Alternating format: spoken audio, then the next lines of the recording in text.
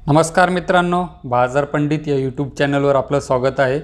मित्रांनो, एखाद्या स्टॉकमध्ये तुम्हाला स्टॉप लॉस कसा लावायचा याबद्दल मी तुम्हाला ह्या व्हिडिओमध्ये माहिती देणार आहे। मी आता सध्या झेरोदा काइट्स या ॲप्लिकेशनमध्ये लॉग इन आहे। जर तुमचा अकाउंट झेरोदा काइट्समध्ये नसेल आणि ते जर ओपन करायचं असेल तर त्यासाठी मी डिस्क्रिप्शनमध्ये लिंक दिलेली आहे, तिथून जाऊन जर तुम्ही अकाउंट ओपन करू शकता। मित्रांनो, इथे एक मी डेमोसाठी टाटा स्टीलचा स्टॉक बाय केलेला आहे, ज्याची बाइंग प्राइस आहे 153.15 रुपये। आता इथं जर तुम्हाला स्टॉप लॉस लावायचा, तुम्ही जर एखादा स्टॉक बाय केलेले आहे तर इथे जर तुम्हाला समजा स्टॉप लॉस लावायचा तर ही बाइंग प्राइस आहे 153.15 आणि जर तुम्हाला वाटलं की मी आता 150च्या खाली हा जर जात असेल तर 150ला तो ऑटोमॅटिकली सेल झाला पाहिजे किंवा मी याच्यापेक्षा जास्त लॉस सहन करू शकत नाही। स्टॉप लॉसचा अर्थ तोच होतो की तुमचा लॉसला स्टॉप करणं, तिथे स्टॉप करणे।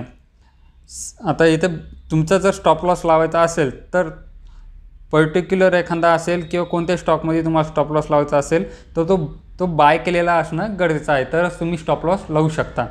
आणि स्टॉप लॉस दोन प्रकारे लावू शकता मित्रांनो तुम्ही इथे, त्यातले मी तुम्हाला आता लगेच सांगतो। पहिला प्रकारे म्हणजे इथे जर तुम्ही स्टॉकवर क्लिक केले तर इथे एक्झिटवर जायचं आणि इथे तुम्हाला 4 ऑप्शन दिसत आहेत, एक मार्केट, एक लिमिट, एक SL आणि एक SLM।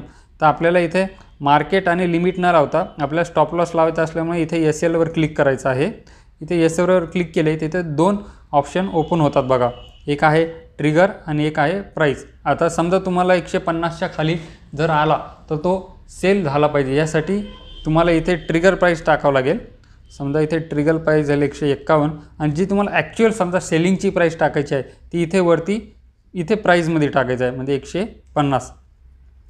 इथे एक लक्षात घ्या मित्रांनो, जी पण तुम्ही ट्रिगर प्राइस टाकाल त्याच्या खाली ही स्टॉप लॉसची प्राइस असली पाहिजे। ट्रिगर प्राइस वरती आणि स्टॉप लॉसची प्राइस खाली, म्हणजे इथं 151 तर इथं 150 असं। हे मी तुम्हाला फक्त उदाहरणासाठी सांगतोय मित्रांनो, तुम्ही तुमच्या एक चार्ट ॲनालिसिस करून ॲक्च्युअल जे काय हे आहे सपोर्ट रेजिस्टन्स हे ॲनालिसिस करूनच तुम्ही तुमची SL लावू शकता। आता हे डेमोसाठी व्हिडिओ बनवत आहे ज्याच्यामुळे मी रँडमली प्राइस टाकतो आहे।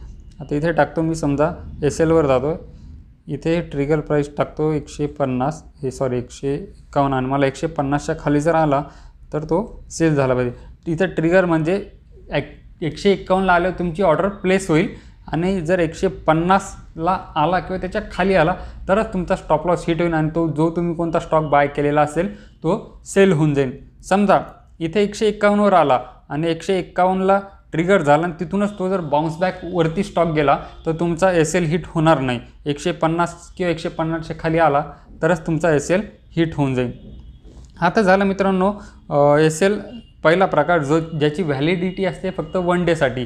समजा आज 9:15 ते 3:30 पर्यंतच त्याची व्हॅलिडिटी असते। पण जर तुम्ही एखादा स्टॉक होल्डिंगमध्ये बाय केलेला असेल आणि समजा हा तुम्हाला वाटलं 150च्या खाली जर येणार असेल तर तुम्ही इथे एक्झिट करायचा आणि त्याच्यासाठी इथे GTT ऑर्डर येते बा। दुसरा प्रकार आहे GTT ऑर्डरचा। इथे GTTवर क्लिक केला, GTTची व्हॅलिडिटी ही 1 वर्षासाठी असते। तुम्ही जर आज ऑर्डर प्लेस केली आणि समजा 150 पर्यंत तो प्राइस आज आलाच नाही, 4 दिवस झाले, 5 दिवस झाले, 6 महिन्यानंतर जर तो 150ला प्राइस आला तर तो ॲटोमॅटिकली तो सेल होऊन जाईल। त्यामुळे हा दुसरा प्रकार जो आहे तो GTTचा, तो 1 वर्षासाठी व्हॅलिड राहतो। मित्रांनो, तुम्हाला हा व्हिडिओ कसा वाटला याबद्दल मला कमेंट्समध्ये नक्की सांगा आणि व्हिडिओ आवडल्यास लाईक आणि चॅनलला सबस्क्राईब करायला विसरू नका।